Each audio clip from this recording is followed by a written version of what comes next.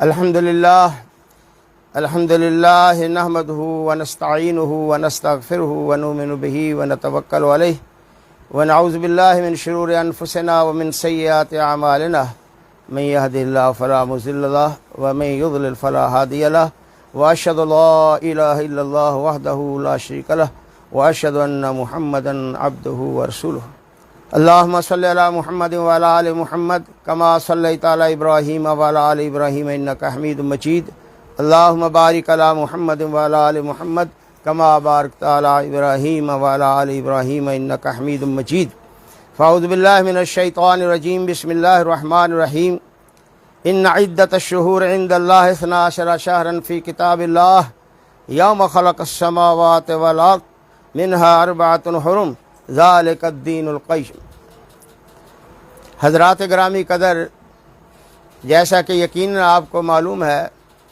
کہ آج اسلامی تقویم کا نیا سال شروع ہوا ہے۔ آج یکم محرم الحرام ہے، تو اس حوالہ سے کئی موضوعات پر گفتگو کی جاتی ہے۔ اہل سنت علماء کی طرف سے بھی اور اہل تشیع کے حوالہ سے بھی میں اس تفصیل سے قطع نظر ایک سوال کی طرف توجہ دلانا چاہتا ہوں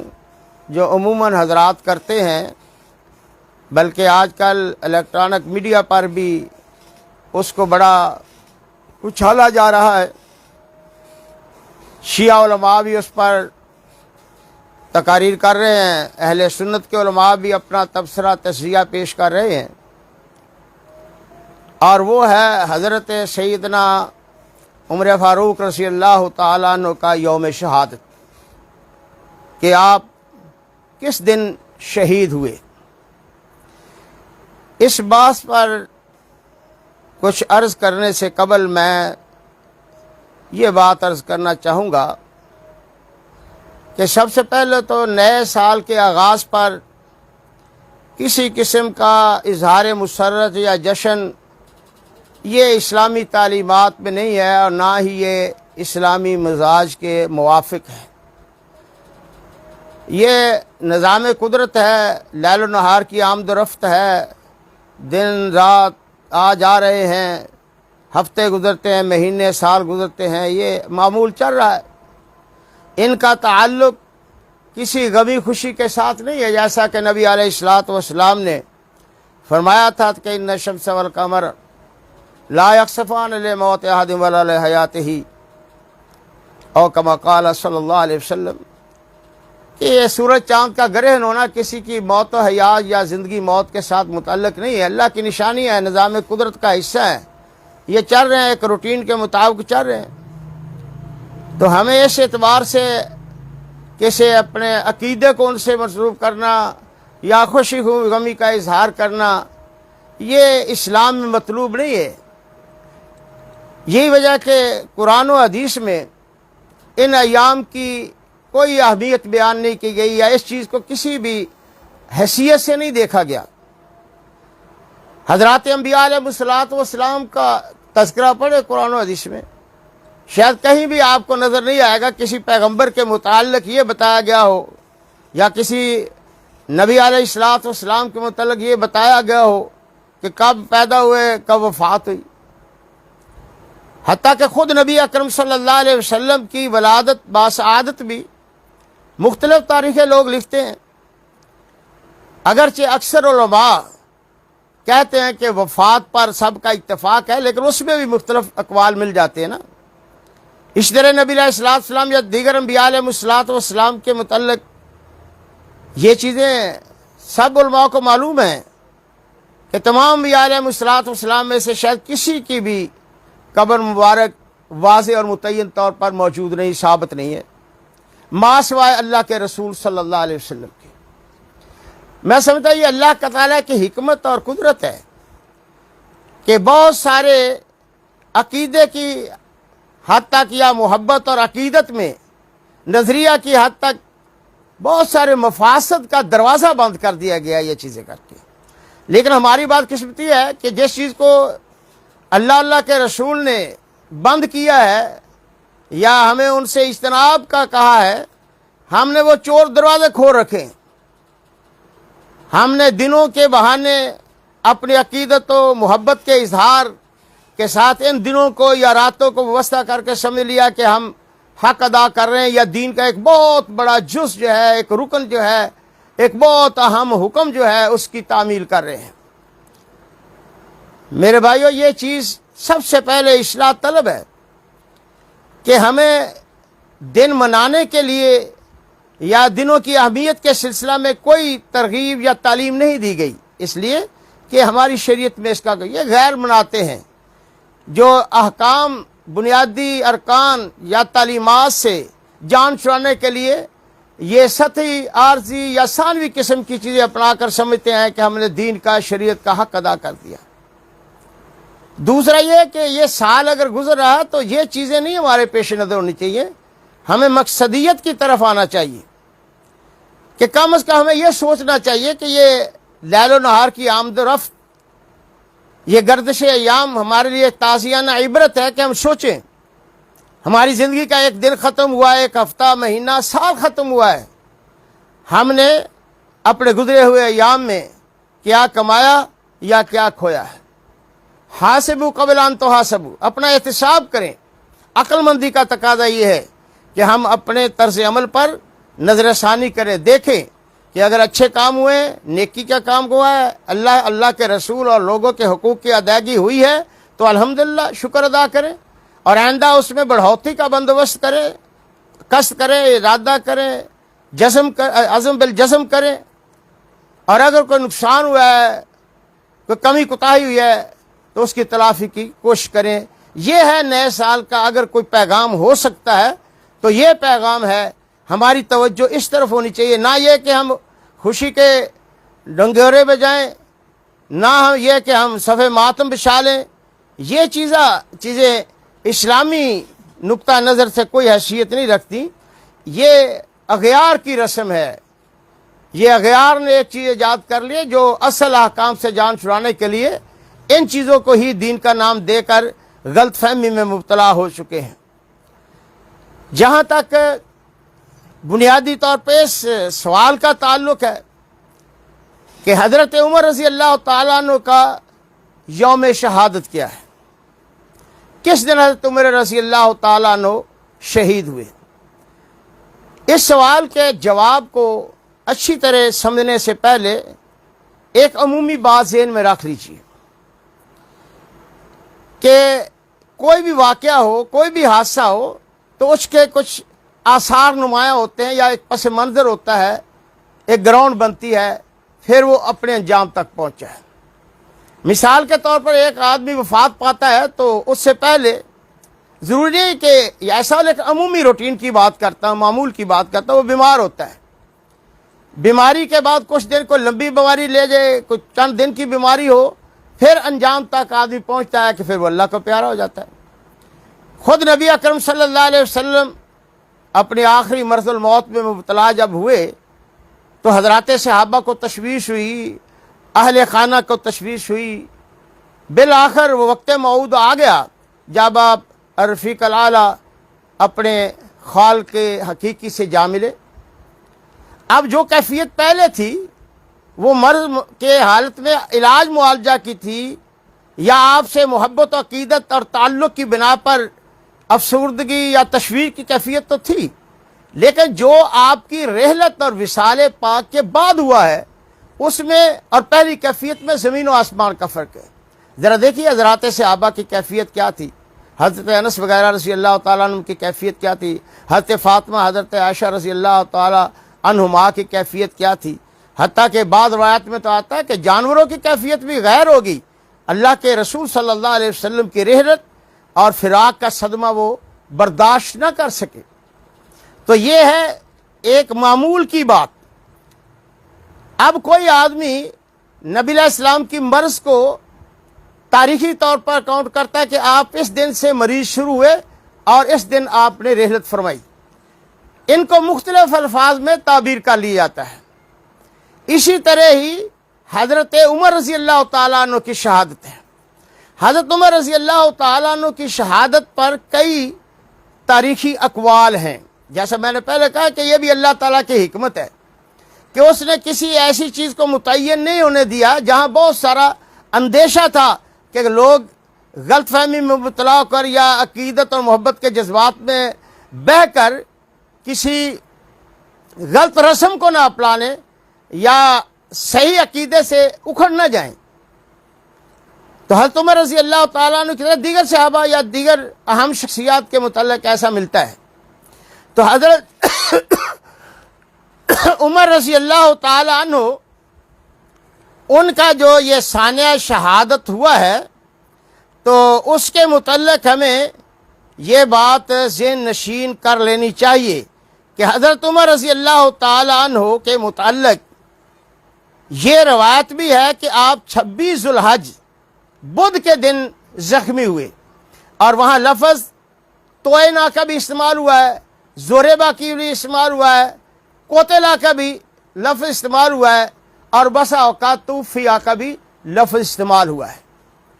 تو 26 تاریخ کو آپ 1 تاریخ کے مطابق زخمی ہوئے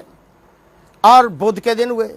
ایک روایت یہ بھی ہے کہ 26 تاریخ کو آپ زخمی ہوئے، دن سوموار کا تھا. اور ایک روایت ابن قتیبہ سے جیسے ہے وہ یہ ہے کہ آپ 27 ذو الحجہ کو زخمی ہوئے اور آپ پر حملہ ہوا. اب اس کے بعد یعنی 26 اور 27 کی تاریخ ہے، بعد 26 والے کہتے ہیں کہ اس کے بعد نبی حضرت عمر رضی اللہ تعالیٰ عنہ 3 دن تک زندہ رہے. اور بعض روایت میں ہے کہ اس کے بعد یعنی زخمی ہونے کے بعد حضرت عمر رضی اللہ تعالیٰ عنہ یعنی 29 تاریخ کے بعد تک زندہ رہے، یا اگر 4 دن زندہ رہے. یہ یعنی مختلف روایات ہیں. اب ان کی ضرب تقسیم کی جائے تو اسی اعتبار سے آگے اختلاف آ جاتے ہیں. بعض روایات میں ہے کہ آپ 27 ذو الحج کو وفات پائے، بعض روایات میں ہے کہ 29 ذو الحج کو وفات پائی، اور جو 4 دن کی روایات ہے اس کے اعتبار سے دیکھا جائے تو آپ 1 محرم کو وفات پاتے ہیں. اور بعض روایات میں صراحتاً موجود بھی ہے، اور یہ بات بھی موجود ہے بعض روایات میں کہ حضرت عمر رضی اللہ تعالیٰ عنہ کو 1 محرم الحرام کو دفن کیا گیا. اب یہ جو مختلف تعبیرات ہیں یہ ایک لفظی نزاع ہو سکتا ہے، یا جو ان کی اس قسم کے جو تاریخی حوالوں سے گفتگو ہوتی ہے اس میں بسا اوقات راوی جو ہے وہ کسر کو حذف بھی کر دیتا ہے، اور پھر مہینے کے اندر بھی فرق پڑ جاتا ہے کہ 29 کا ہوا یا وہ 30 کا ہوا. پھر عمر کو بھی پیچھے سے دیکھا جاتا ہے کہ ایک آدمی کہتا ہے کہ فلاں وقت یہ پیدا ہوا اور عمر اس کی اتنی ہوئی. اب جب عمر کو کاؤنٹ کیا جائے گا تو وہ دن متعین ہو جائے گا کہ یہ بعد میں ہی آگے. چاہے حضرت عمر رضی اللہ تعالیٰ کی عمر میں بھی فرق ہے. بعض کہتے ہیں کہ حضرت عمر رضی اللہ تعالیٰ کی عمر مبارک 58 سال تھی، 58 سال تھی، بعض 59 سال کہتے ہیں، بعض 60 کہتے ہیں، بعض 63 سال کہتے ہیں، بعض 66 سال کہتے ہیں. اب اگر اس کو دیکھا جائے تو پھر یہ فرق نمایاں ہو جاتا ہے کہ کوئی متعین کرنا ممکن نہیں رہتا. اگرچہ اکثر روایات سے یہ ثابت ہوتا ہے کہ حضرت عمر رضی اللہ تعالیٰ عنہ کو آخری ایام میں یعنی 26 کو، جس کے بعد روایات میں آتا ہے کہ بقین اربع یعنی 4 راتیں باقی، بعد میں ثلاثہ لیال آتا ہے. یہ ایک فرق ہے. اس فرق سے اگر دیکھا جائے تو یہ کہنے میں بھی کوئی حرج نہیں ہے یا کوئی غلط نہیں ہے کہ حضرت عمر رضی اللہ تعالیٰ عنہ محرم یعنی ذو الحج کے آخری دن وفات پائے. اور اگر یہی حساب لگایا جائے تو یہ بھی ممکن ہے کہ آپ اس رات وفات پائے جب محرم الحرام طلوع ہو چکا تھا، یعنی چاند طلوع ہو چکا تھا، اور اگلے دن آپ کو دفن کیا گیا. تو اس طرح تطبیق ہو سکتی ہے، لیکن بنیادی چیز وہی ہے کہ یہ ہمارے ایمان اور عقیدے کا حصہ نہیں ہے. دیکھیں نا، یہ بالفرض کیجیے، سمجھ لیجیے کہ آپ 30 ذو الحج کو ہی وفات پا گئے. اب سوال یہ ہے، یا ذرا عقلی طور پر بھی دیکھیں، روایتاً بھی دیکھیں، تو جو صدمے کا دن ہوتا ہے وفات کے بعد ہوتا ہے، وفات سے پہلے نہیں ہوتا. وفات سے پہلے مرض کی حالت ہے، شدت مرض کی حالت ہے، یا زخمی ہونے کی صورت میں جو اس کے علاج معالجہ یا مقدمے کے، یہ ساری چیزیں یہ پروسیس ہوتے رہتے ہیں، لیکن رحلت یا وفات یا اگلے جہان کا سفر جو ہے جب شروع ہو جائے، وفات واقع ہو جائے، تو اس کے بعد دوسرا مرحلہ شروع ہوتا ہے کہ ورثاء اپنے عقیدت اور محبت یا تعلق کی بنا پر وہ متاثر ہوتے ہیں، ایک غم کا اظہار ہوتا ہے، ایک صدمے میں وہ مبتلا ہوتے ہیں، تو اس کو تعبیر کر لیا جاتا ہے۔ اب بعض لوگوں نے حضرت عمر رضی اللہ تعالیٰ عنہ کی شہادت، آپ کی وفات کو ہی پہلے لفظوں سے تعبیر کر لیا ہے، کیونکہ جیسے عموماً یہ عرف میں بھی ہے اور عربی لغت اور گرامر میں بھی یہ بات آتی ہے، محاوروں میں بھی یہ بات آتی ہے کہ بسا اوقات جو مستقبل ہوتا ہے اس کو ماضی سے تعبیر کر لی جاتا ہے، یعنی جو یقینی ہے، یعنی گویا کہ جب وہ اس قدر زخمی ہو گئے کہ موت کے آثار نظر آنے لگے، سمجھ گیا کہ اب آپ کا بچنا ممکن نہیں رہا، اور روایات میں موجود ہے کہ جب وہ پانی بھی پلاتے، دودھ بھی پلاتے، پیٹ سے نکل جا شیانو، یعنی کیفیت ایسی ہو گئی تو اس کو ہی شہادت سے تعبیر کر لیا گیا۔ یعنی اس بات میں اختلاف ہے، گنجائش ہے، اور اس کی توفیق یا تطبیق بھی کی بھی ہر صورت موجود ہے، لیکن اس بات پر تقریباً تاریخ کا اتفاق ہے کہ آپ کو محرم الحرام میں دفنایا گیا، کم از کم، یہ میں کم از کم کی بات کرتا ہوں۔ اگر یکم محرم یا یکم محرم کی جو پہلی رات ہے جب محرم کا چاند رہا تو پھر تو ظاہر ہے کہ آپ کی وفات بھی اسی وقت ہوئی۔ تو یہ چیزیں ہیں، ان کو محل نزاع بنا کر اسے اچھالنا دراصل اصل موضوع سے توجہ ہٹانے والی بات ہے۔ میں اہل سنت کے علماء سے بھی درخواست کروں گا کہ یہ ہمارا اس پر زور دینے کی ضرورت نہیں ہے، تو اہل تشیع سے بھی درخواست کروں گا کہ ان کے لیے بھی یہ کوئی اتنا موضوع نہیں ہے کہ اس سے نہ عمر رضی اللہ تعالیٰ عنہ کی شان میں فرق پڑتا ہے، نہ ان کے حادثہ شہادت پر کوئی فرق پڑتا ہے، نہ اہل سنت سے عقیدت و محبت کے اعتبار سے کوئی فرق پڑتا ہے جی، اور شاید آپ کے بھی جو آپ کے جذبات ہیں وہ انہیں منفی جذبات کہہ لیے، ان کو بھی کوئی فائدہ نہیں پہنچتا۔ اس لیے یہ ایک تاریخی چیز ہے، اس میں یہ تطبیق اور توفیق کا راستہ بھی موجود ہے، یا اسے یوں سمجھ لیجئے۔ چلیے اگر یہی بات بہت بڑی اہم ہے تو پھر ذرا خود حضرت علی رضی اللہ تعالیٰ عنہ کے متعلق دیکھیے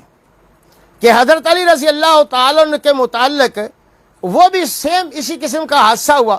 یہاں حضرت عمر رضی اللہ تعالیٰ عنہ کو شہید کرنے والا ابو لولو فیروز نامی مجوسی تھا، فارسی تھا، اور حضرت علی رضی اللہ تعالیٰ عنہ کو شہید کرنے والا، اس جرم کا ارتکاب کرنے والا ابن ملجم تھا۔ تو ابن ملجم نے جو حملہ کیا، بعض روایات میں آتا ہے کہ 17 رمضان کو کیا، بعض روایات میں آتا ہے 21 رمضان کو کیا ہے۔ اسی طرح پھر اس کے نتیجے میں آپ کی وفات کب ہوئی؟ بعض روایات میں آتا ہے کہ 21 رمضان کو ہوئی، بعض میں آتا ہے کہ 19 رمضان کو ہوئی، بعض روایات میں آتا ہے کہ 24 رمضان کو ہوئی۔ اب اگر اس اختلاف کی بنا پر حضرت عمر رضی اللہ تعالیٰ عنہ کی شہادت پر کوئی فرق آتا ہے، یا آپ کا عقیدہ کوئی درست ثابت ہوتا ہے، یا آپ کا مدعا پورا ہوتا ہے، تو پھر بتائیے حضرت علی رضی اللہ تعالیٰ عنہ کے متعلق کیا خیال ہے؟ غالباً اہل تشیع 21 رمضان کو وہ دن مناتے ہیں، تو بھئی دن منانے کا کیا جواز ہے؟ جو اعتراض یکم محرم والوں پر ہو سکتا ہے نا، وہی اعتراض بالاولیٰ حضرت علی رضی اللہ تعالیٰ عنہ کا یوم شہادت منانے والوں پر بھی ہو سکتا ہے۔ بلکہ حضرت عمر رضی اللہ تعالیٰ عنہ کی نسبت سے حضرت علی رضی اللہ تعالیٰ عنہ کی شہادت یا آپ کی وفات یا یہ صدمہ تو بہت زیادہ گنجلک اور گمبھیر ہے کہ حضرت علی رضی اللہ ان کے متعلق تو یہ بھی معلوم نہیں ہے کہ حضرت علی رضی اللہ تعالیٰ عنہ کہاں دفن ہوئے، کب دفن ہوئے۔ یعنی ہمارے شیعہ حضرات بڑی دھوم دھام سے حسن عقیدت سے آگے بڑھ کر، یعنی اہل تشیع حضرت علی رضی اللہ تعالیٰ عنہ کی مرکز سمجھ کر وہاں جاتے ہیں، وہاں کیا کچھ کرتے یہ ہمارا موضوع نہیں ہے، لیکن ہم یہ بتانا چاہتے ہیں کہ اس میں کیا اتفاق ہے کہ حضرت علی رضی اللہ تعالیٰ عنہ کہاں دفن ہوئے۔ حضرت علی رضی اللہ تعالیٰ عنہ کی مدفن کے متعلق متعدد روایات ہیں. بعض روایات میں آتا ہے کہ کوفہ میں قصر العمارہ میں آپ کو رات کے وقت دفن کیا گیا. یعنی قصر العمارہ میں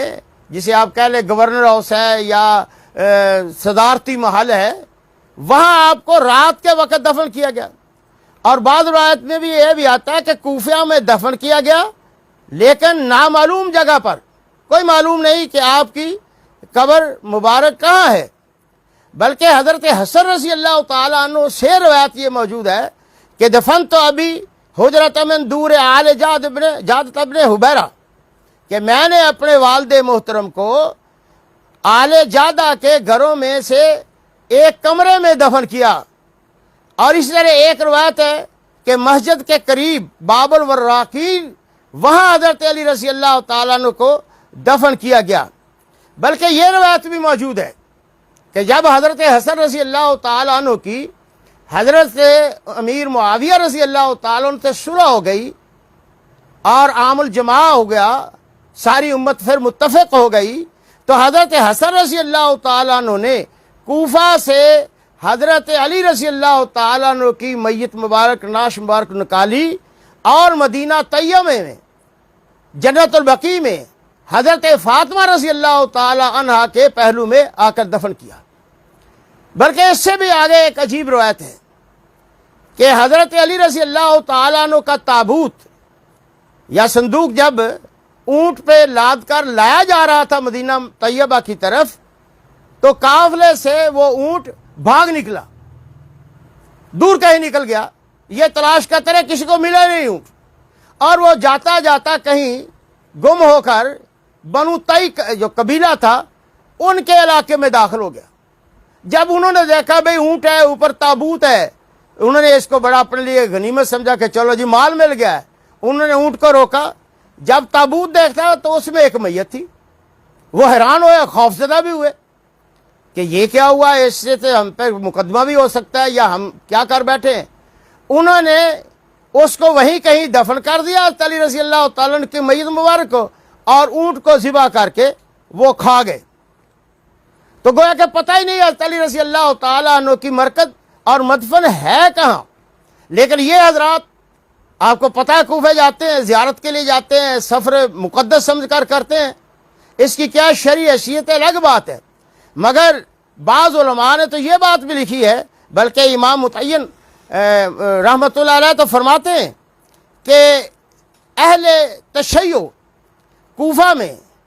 جا کر جس جگہ کو یا جس قبر کو حضرت علی رضی اللہ تعالیٰ عنہ کی مرکز سمجھتے ہیں، اگر انہیں پتہ لگ جائے تو وہاں زیارت کے لیے جانا، وہاں نظر و نیاز دینا، وہاں بدعات و خرافات کرنا، جو کچھ بھی ہے کرنا، یہ تو رہی الگ بات. یہ اس قبر کو پتھر ماریں، اس لیے کہ وہ قبر حضرت علی رضی اللہ تعالیٰ عنہ کی نہیں ہے، وہ قبر حضرت مغیرہ بن شعبہ رضی اللہ تعالیٰ عنہ کی ہے. اب جب حضرت علی رضی اللہ تعالیٰ عنہ کے متعلق یہ صورت ہے تو بھائی ان کو تو خود خیال کرنا چاہیے کہ ہم کس منہ سے حضرت عمر رضی اللہ تعالیٰ عنہ کی وفات پر اعتراض کرتے ہیں اور سمجھتے ہیں کہ حضرت علی رضی اللہ تعالیٰ عنہ کا دن، حضرت عمر رضی اللہ تعالیٰ عنہ کی کہ یوم شہادت پر اعتراض کرتے ہیں اور سمجھتے ہیں کہ یہ غلط مطالبہ ہے جو کرتے ہیں، یا غلط ایک روایت ہے، یا یہ جو کچھ بھی اس کے متعلق جس قسم کا تعصب دیا جاتا ہے. تو میرے آج کے اس اظہار خیال کا مقصد یہ ہے کہ بنیادی پر یہ ہمارے کوئی عقیدے کا مسئلہ نہیں، یہ قبر میں سوال نہیں، قیامت کو سوال نہیں، یہ ہمارے پیغمبر یا قرآن میں اس کا کوئی، اس لیے اس میں بحث کرنا، زور بیان صرف کرنا کوئی اچھی بات نہیں ہے. میں نے تو صرف از رائے الدین و نصیحہ حضرات جو کہ اس سوال کا جواب پوچھنا چاہتے ہیں، یا لوگ اس کو جو دونوں طرف سے افراط و تفرید کا شکار ہوتے ہیں، اس لیے یہ وضاحت کرتی ہے اپنے ناقص علم کے مطابق. اگر تفصیلاً اس پر یعنی تحقیق کی جائے، دیکھا جائے، اور بھی بہت سارے حوالے مل سکتے ہیں اور دونوں طرف سے دلائل کو اکٹھا کیا جا سکتا ہے. لیکن یہ مقصود بھی ذات چیز نہیں ہے کہ اس پر اتنی داد تحقیق دی جائے. البتہ ایک ذاکر صاحب کا کلپ سنا ہے کہ وہ کہتے ہیں میں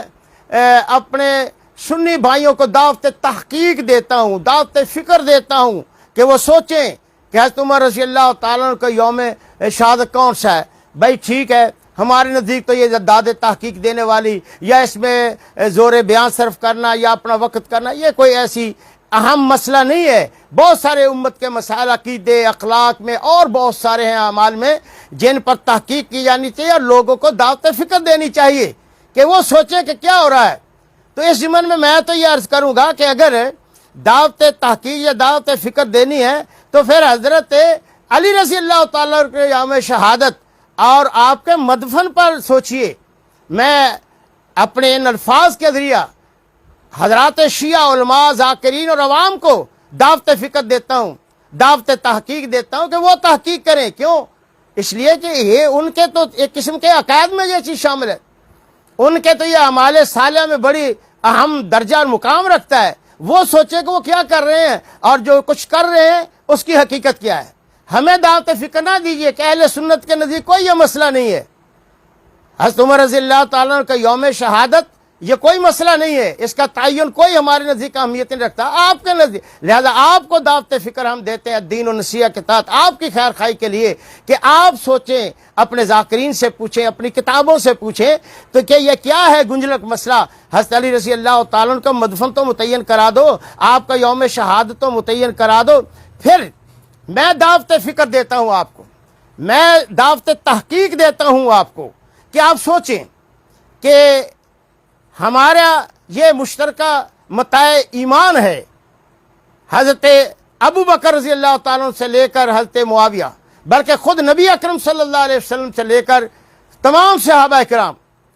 آپ کو معلوم ہے تاریخ بتاتی ہے کہ نبی علیہ السلام کو شہید کرنے کی کوشش کی گئی، لوگوں نے زہر دینے کی کوشش کی اور اوپر سے پتھر پھینک کر شہید کرنے کی کوشش کی گئی۔ بعض روایات میں آتا ہے کہ حضرت ابو بکر صدیق رضی اللہ تعالیٰ عنہ کو بھی شہید کیا گیا، حضرت عمر رضی اللہ تعالیٰ عنہ شہید ہوئے، حضرت عثمان رضی اللہ تعالیٰ عنہ شہید ہوئے، حضرت علی رضی اللہ تعالیٰ عنہ شہید ہوئے، حضرت حسین رضی اللہ تعالیٰ عنہ شہید ہوئے، حضرت حسن رضی اللہ تعالیٰ عنہ شہید ہوئے۔ یہ شہادتوں کا ایک سلسلہ ہے،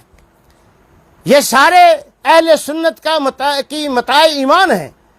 چلیے آپ کو کسی سے اختلاف ہے تو آپ بھی اس میں تو شامل ہے نا کہ حضرت نبی علیہ السلام سے لے کر حضرت علی، حضرت حسن، حضرت حسین سے تو آپ کو اختلاف نہیں نا،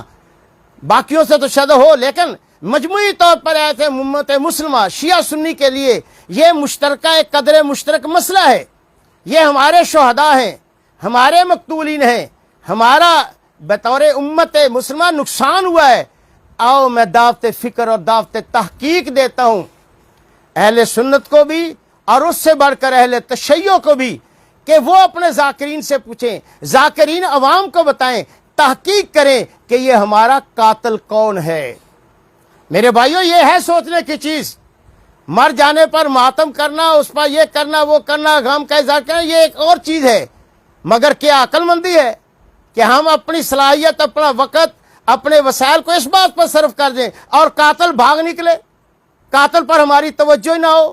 یا غیر شعوری طور پر ہم قاتل کی سہولت کاری کریں،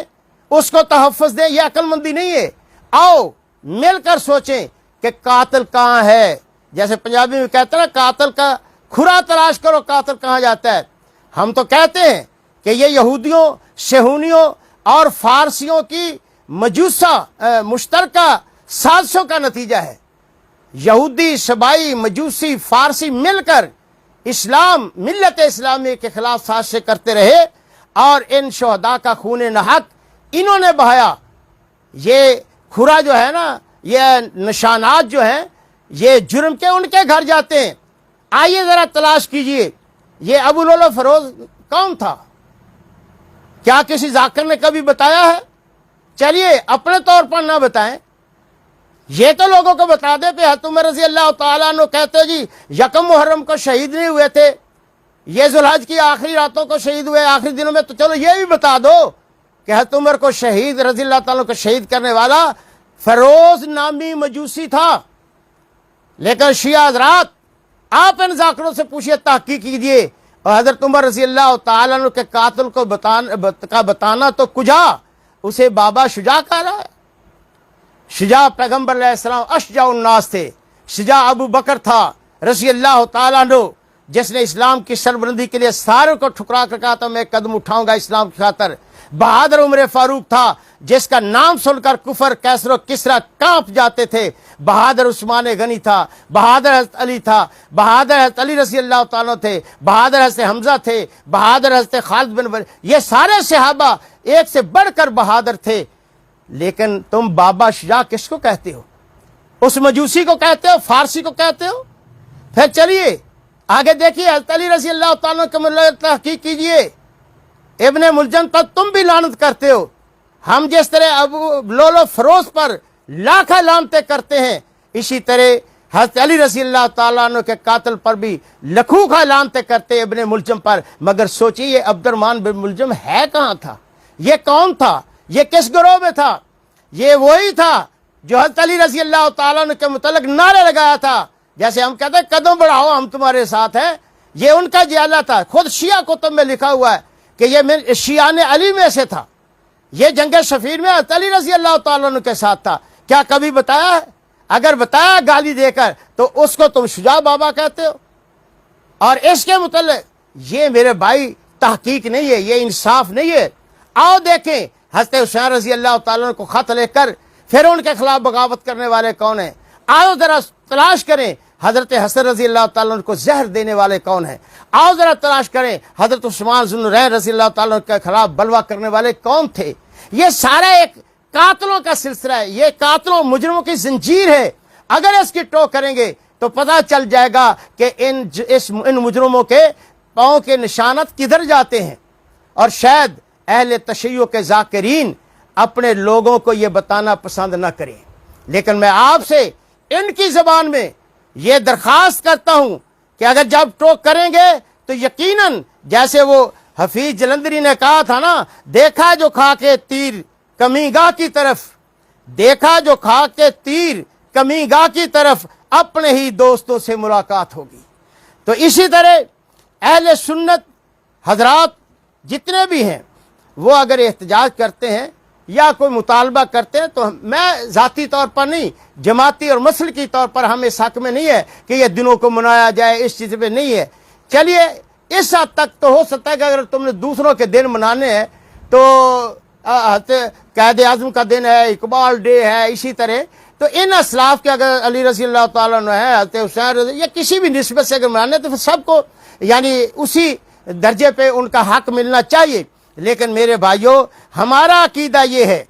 ہماری ضرورت یہ ہے، ہماری دعوت فکر یہ ہے کہ آپ سوچیں کہ ان کی محبت، ان کی عقیدت کا یہی طریقہ رہ گیا ہے کہ ہم دن منائیں؟ نہیں میرے بھائیوں، دعوت فکر اور دعوت تحقیق دیتا ہوں، اپنے الفاظ کے ذریعہ اہل تشیع ان کے ذاکرین کو تحقیق کی دعوت دیتا ہوں، آپ کے الفاظ میں اہل سنت کو بھی، کہ وہ دیکھیں، سوچیں، یہ دن بنانے سے ان کی محبت اور عقیدت کا حق نہیں ادا ہو سکتا، نہ یہ کوئی اچھا طریقہ ہے۔ عقیدت اور محبت کا اظہار کیجئے، مگر آج ان کے کردار کو اپنانے کی ضرورت ہے،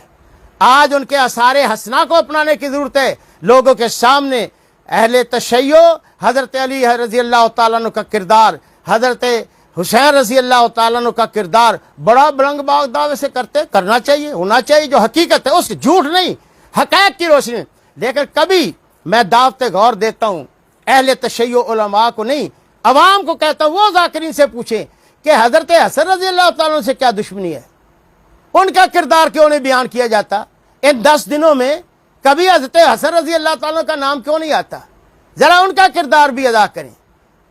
ان کے کردار پر بھی روشنی ڈالیں، ان کو خراج، اور پھر وہ کردار ادا کریں صلح کا۔ آج امت مسلمہ کو ضرورت ہے کہ حضرت حسین رضی اللہ تعالیٰ عنہ کا کردار اگر دشمنوں کے مقابلے میں ادا کرنے کی ضرورت ہے تو پھر اپنوں کے متعلق کم از کم حضرت حسن رضی اللہ تعالیٰ عنہ کا کردار ادا کیجیے۔ آئیے حضرت حسین رضی اللہ تعالیٰ عنہ کے ساتھ ساتھ ان کے برادر اکبر حضرت حسن رضی اللہ تعالیٰ عنہ کا، جن کو اللہ کے رسول نے کہا ابن ھذا سید، ذرا کہ ان کے نقش قدم پر بھی چلیں۔ اسی طرح حضرت عمر رضی اللہ تعالیٰ عنہ سے عقیدت و محبت، صرف یہ دن منانے کا مطالبہ نہیں ہے، ان کے نظام خلافت، ان کے نظام عدل، ان کے شریعت کے نفاذ کی کوششیں اور ان کے دشمن کو للکارنا اور اپنوں کے لیے سراپا رحمت بن جانا، یہ کردار ہے جو ہماری انفرادی زندگی میں بھی ظاہر ہونا چاہیے، ہماری اجتماعی زندگی میں بھی ہونا چاہیے۔ آج محرم کے آغاز پر، یعنی سال نو کے آغاز پر، ان حضرات، ان شخصیات مقدسہ یا ان نفوس قدسیہ کو خراج تحسین پیش کرنے کا اگر کوئی طریقہ ہو سکتا یا قدر ضرورت ہے تو پھر ان کی محبت، ان کے پیار، ان کے عقیدت، ان کے منصب اور ان کے مقام کا تقاضا ہے کہ ہم محبت کے ساتھ